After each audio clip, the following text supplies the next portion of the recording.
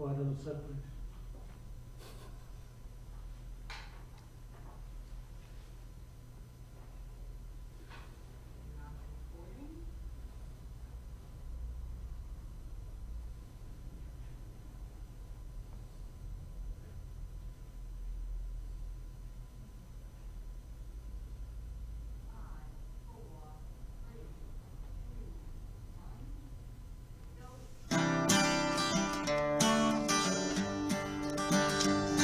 America, we stand for freedom, though freedom is never really free. We yearn and strive for government, protecting our liberty.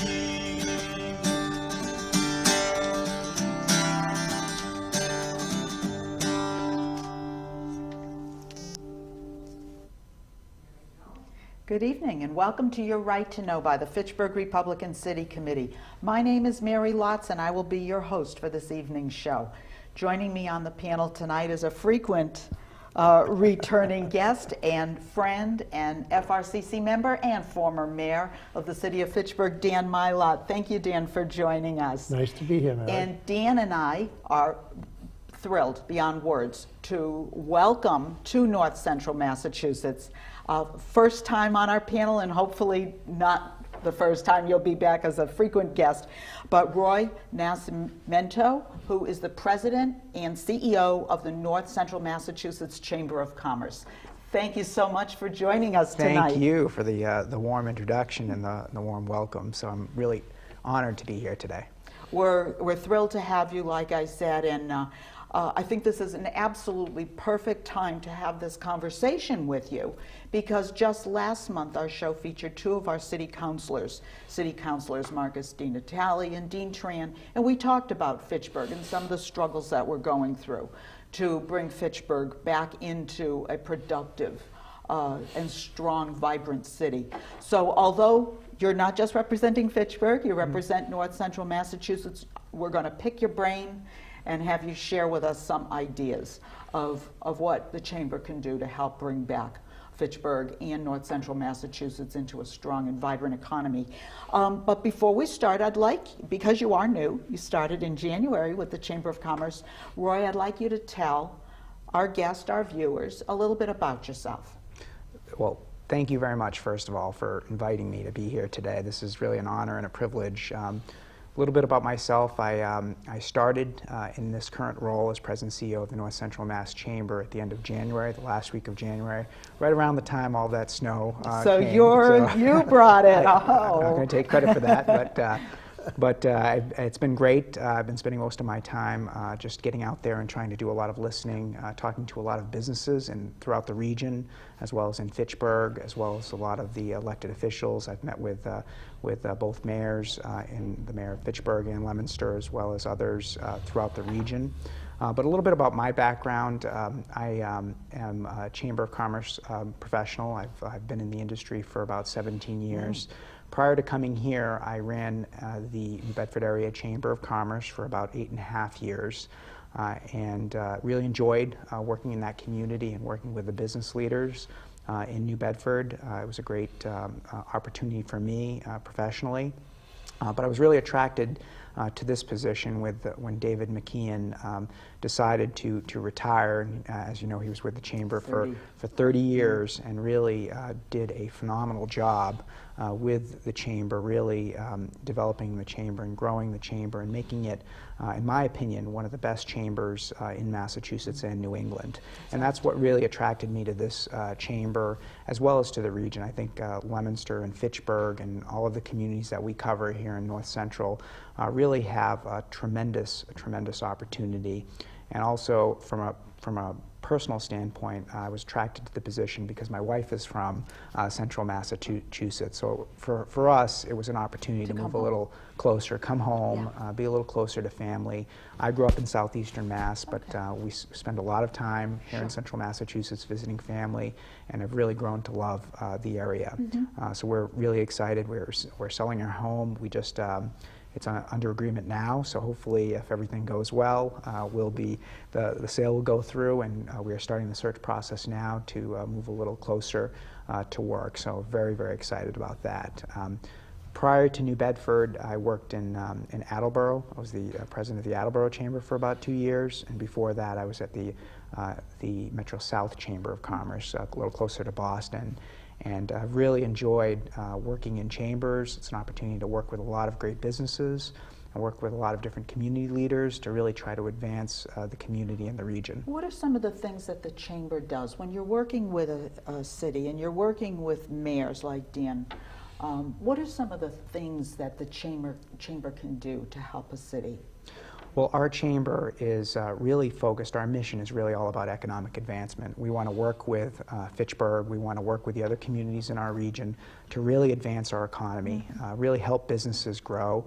I think economic development, in my experience, really starts with supporting your local businesses and helping them grow and helping them expand. That helps generate investment for the community, it helps create jobs. So I think our role is really to be that bridge to connect our communities with our businesses in the community, to be the voice for business, as well as to offer programs and services that will help support and nurture our local business community. So we do that quite a bit. Any chamber, is really focused around its members and focused around supporting businesses. We offer networking programs. We offer a lot of educational programs, workshops and seminars on important topics. And we also get involved in government affairs. We will be at, city council meetings and at the State House and talking to our legislators and letting them know about the concerns that our members have around a particular piece of legislation. And actually, the legislative piece, Dan, is some of the things that I kind of wanted to talk about right now, is because when we think of what the chamber does, we spoke to our 2 city councilors last month, and some of the things they were talking about as they looked at stumbling blocks in Fitchburg are some of the things that have to do with things that maybe our legislature could help on. And Dan, you're the expert in this. Taxation, just infrastructure, roadways, the look of the cities being so, maybe derelict is a good word, that they just look run down, a city like Fitchburg. We have a lot of properties that are either have become derelict, underdeveloped. And Dan, as a former mayor, how do you expect that the chamber would come in and help? What would you say to Roy and say, these are my issues? What would you look at and try partnering with the chamber to help? Well, one of the big problems Fitchburg faces is that it hasn't emphasized economic development at all in the past 6 years, 7 years. And it needs a lot of help, and it needs the expertise that the chamber can bring to the table to develop an economic development process that is effective for the city, which Fitchburg doesn't have an economic development office to speak of. And the chamber really needs to step forward and help out in a liaison with the legislature, as well as the ideas that the business community can bring to the table to how we can develop better economic development. It seems that every time you think of something that should help bring an economy up, the MBTA, they always say, oh, the train system. Once we get this new train station in Westminster, our troubles will be over, right? That'll bring a lot of commuters coming back and forth. It'll bring industry that want to end up on the train line. I mean, it'll be so rich for the whole environment. And then what happens? We get a winter like this one. And what happens to our tea? Well, we know what happened to the tea. It just died on us. So right then and there, one of the things that we were looking at to lift us up and to help us as an economy was thwarted because of not only the MBTA organization itself, but because of the whole government infrastructure. How can you work with? Do you feel sometimes like, as chamber, you're just banging your head against the wall? I mean, how do you come and work with structures that are so inflexible and broken and unmovable? Well, there's certainly there are challenges, but there's also opportunities, and I think this is an opportunity to really work with the local community as well as the legislative delegation. Everyone I've met, I've been meeting with a lot of the legislators, city officials, everyone seems to want the best for Fitchburg and for the region. So I think it's getting some consensus and moving forward. I think one of the observations that I have noticed getting out there and meeting with businesses is that perhaps Fitchburg could improve its business climate by just trying to be a little bit more business friendly in terms of permitting and trying to help support businesses as they come into a community or are looking to expand. There are certain best practices and things that can be done. There are other communities that have a review process in terms of permitting. The businesses want to do the right thing. They're not looking for the community to give them an easy out. They want to do the right thing, but they want to know ahead of time and up front what the expectations are and what the requirements are. So I think it would be helpful if a community like Fitchburg could help support local business development, particularly small business development, by helping to improve its permitting process. And again, it's not that the city is doing anything wrong. It's probably doing what the right thing, but just trying to coordinate that with all of the departments when a business needs to expand or to get a permit, so that there are no surprises for that business down the road. What about, utilities? Dan knows. I mean, we have DiNatale, and back earlier this year, there was a market in Ashby. I think it's the Ashby Market. It's been in business for over 100 years. And I don't mean to make this piece about Ashby because it's about Fitchburg, but I think it's emblematic or symptomatic of the problem. After all these years in business, the owner is pulling the plug on his business and going out of business. And the number one reason he cited was DiNatale, our utility company. And here again, that's another, something that should be supporting our businesses, supporting our industry, supporting our residents, our utility company, that has become a stumbling block. How do you bring, again, business when you've got a big utility company, our only utility company, it's a monopoly kind of utility company because we don't have choices. Again, how do you try to work around something like that?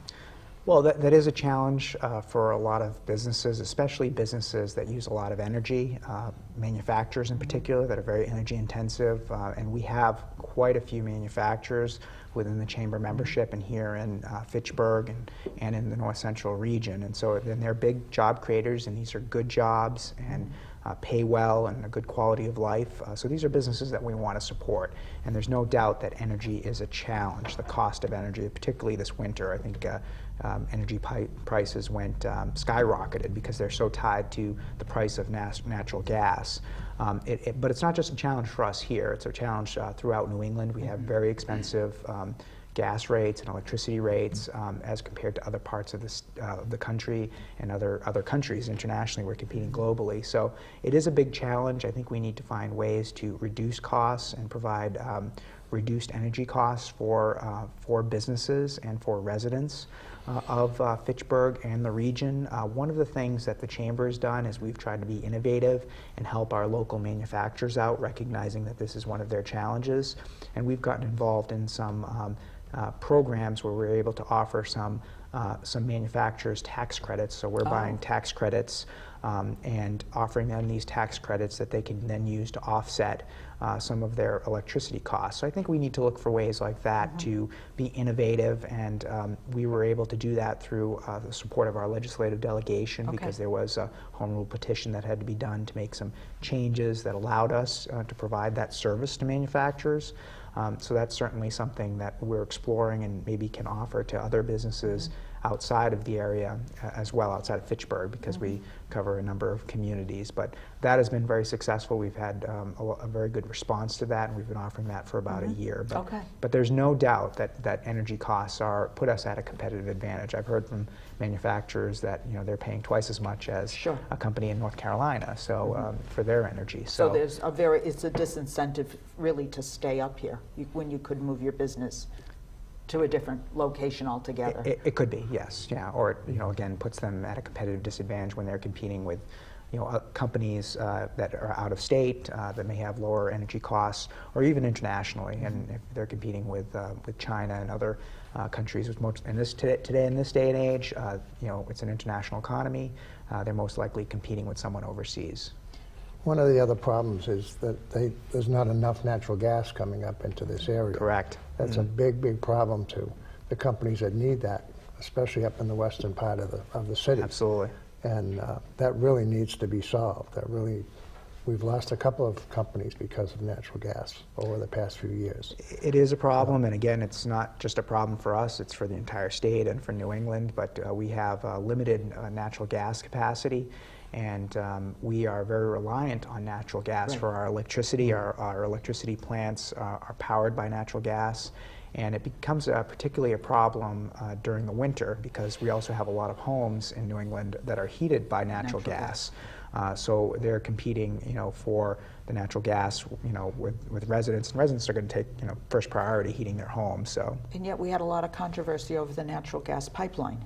There was a proposal to put a pipeline through. It was last fall. It was, I think it's still going on actually. So is there now? Are you taking sides if you say we need gas, but you have so many people against a pipeline going through because they feel that it's going to cut through yards, cut through neighborhoods, disrupt city roads, and God knows our roads are in deplorable condition.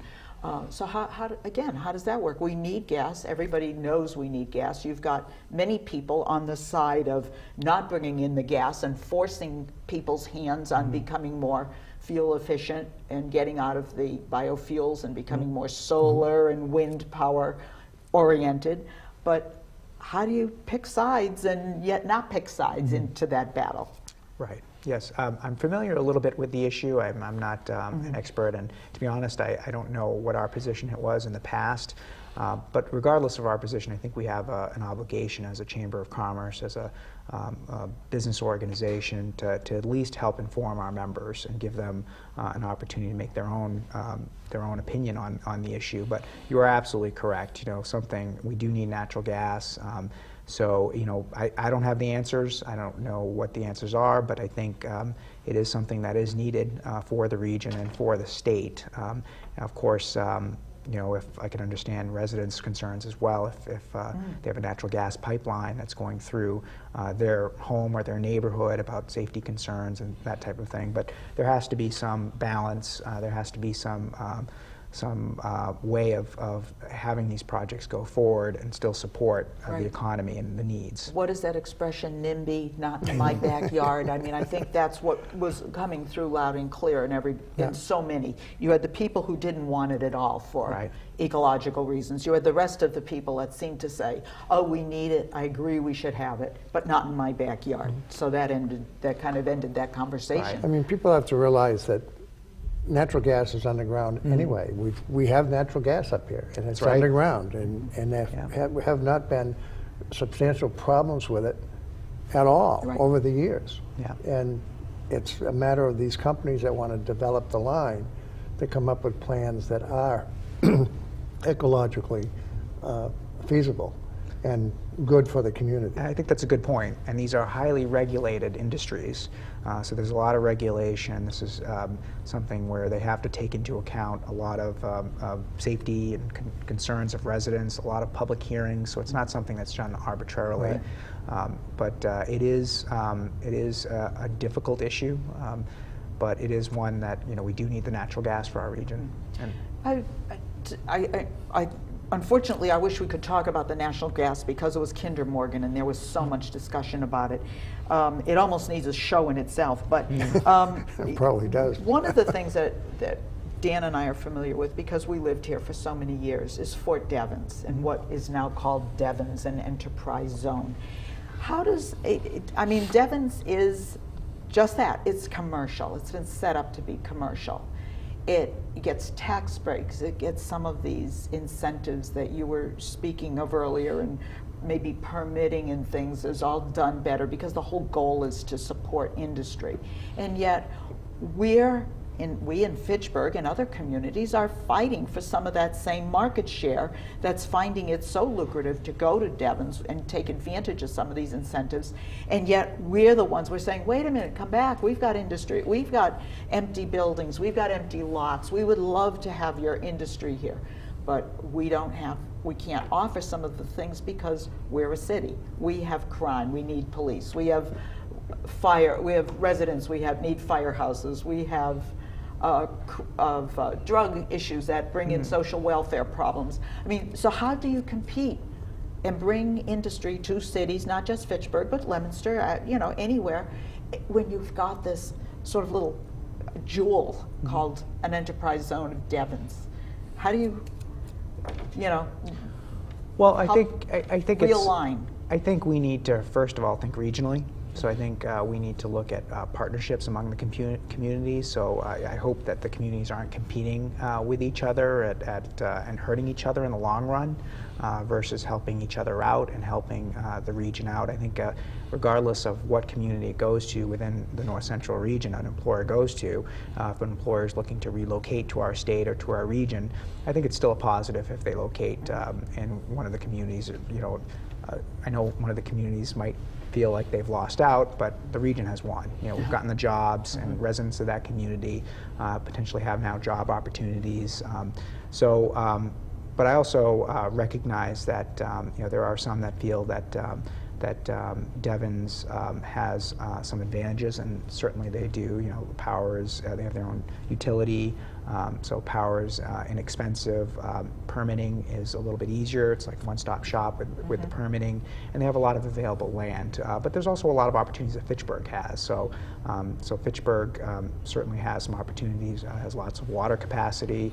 It has the university, which has been a great partner and is really a great asset for Fitchburg. It has a community, and that's one of the things that I've heard that Devens lacks. Doesn't have that community. It's not doesn't have all the attributes of a community, and all of the civic stuff and the cultural stuff. And you know, Fitchburg has that. It has a great art museum, which I haven't visited yet, but I've heard great things about. You've got to go. Yes, I've heard wonderful things about. So there's a lot of positives that Fitchburg has, and I think we should focus more on the positives and focus on trying to grow our local businesses that are here, keeping them here and helping them grow by having a very pro-business atmosphere and a pro-business culture.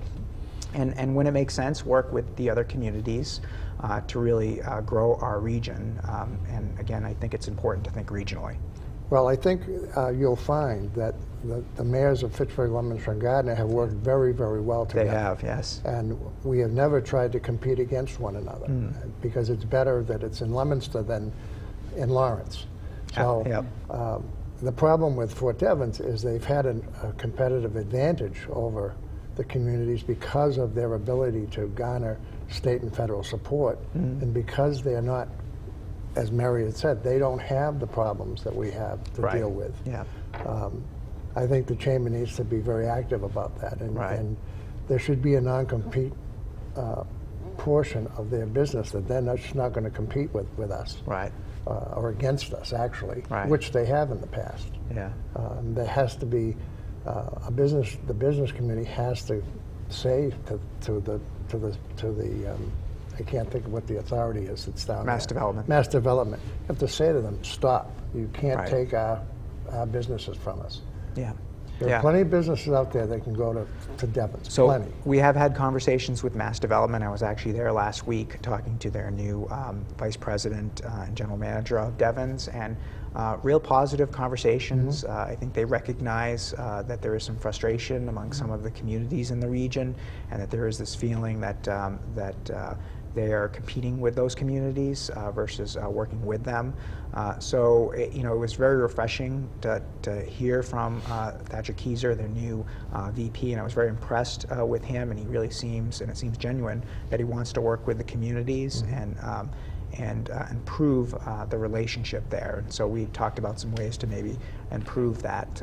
So hopefully they come to fruition, and there's a better relationship. Again, I feel strongly that we should be working together, and hopefully it gets to a point where it's the Mayor of Gardner, Mayor of Fitchburg, Mayor of Leominster, and Devens are working together as a region instead of They need to do that. any perception of competition. The one good thing about that is that Mayor Keyser was the mayor of Amesbury. Right. So he does have an understands understanding of what the plight of communities the go Correct. through. Yeah. And I think that's one of the reasons why he was brought in. because of their sensitivity to some of these issues. And again, I was very impressed. We also had him out at our Good Morning North Central, which is kind of an executive breakfast program for chamber members, and he delivered that message very well, that he really wants to work with the communities in the region. I know one of the things that Richard ran for state senate this past go-round, and one of the things that he had talked about as part of his platform and in his campaign, and I think, bringing in the concept of Devens and the needs of Fitchburg, but also the fact that Fitchburg's housing is so depreciated in terms of the wealth of our homeowners. I think it's gone down. We're number 32 in the state. It's very low. We're depressed. Yeah. Is to develop some sort of transportation system between the cities, using the rail line that stops off in Air, and then having some sort of transit back and forth, commuter shuttles that could bring people from the train station to Devens, to help make Fitchburg even a bedroom community, because we certainly have housing and things like that, not just Fitchburg, but Leominster and the different cities also. There was a study that was done, and I'm sure you've probably read up on it, although I think it may have been presented just before you came. And this was a manufacturing study that was done by the Chamber, or one of the offshoots of the Chamber. It was correct, our development produced corporation. Back in January. And one of the things, and we probably won't have a lot of time to talk about it, but they were talking about the actual training, and that Fitchburg needs manufacturing.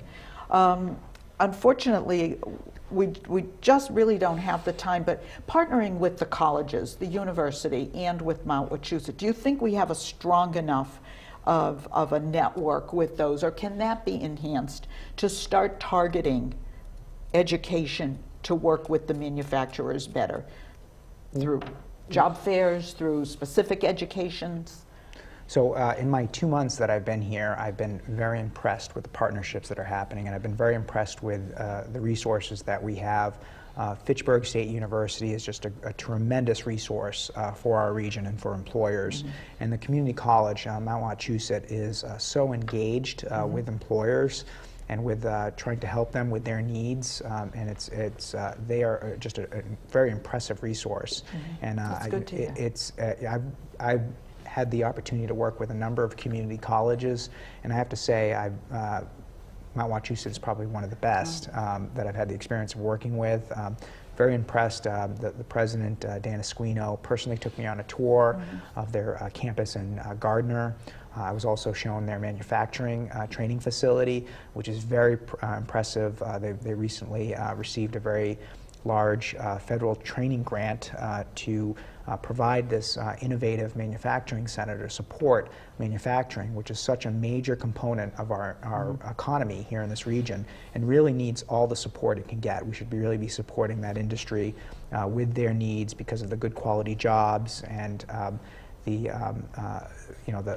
because it's such a major sector here. So, and the manufacturing center that they have established, it was so impressive. Cutting edge technology that they've invested in through the grant so that they could provide training to help these employers in manufacturing with some of their workforce needs and bringing their employees up and helping develop future employees. Believe it or not, Roy, our 30 minutes is over. It's come to a close. As Wow. Dan knows, this is the fastest half hour. But I'll, true to my word, you will have to come back and talk to us again on your right to know.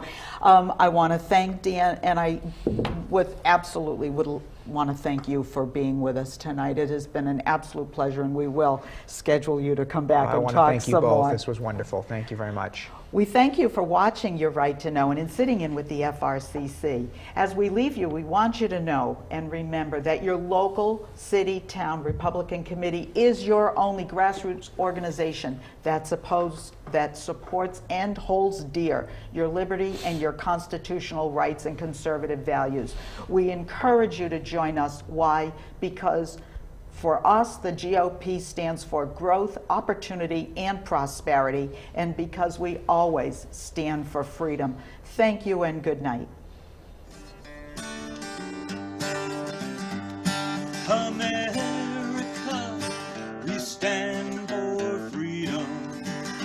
So let us all unite to yearn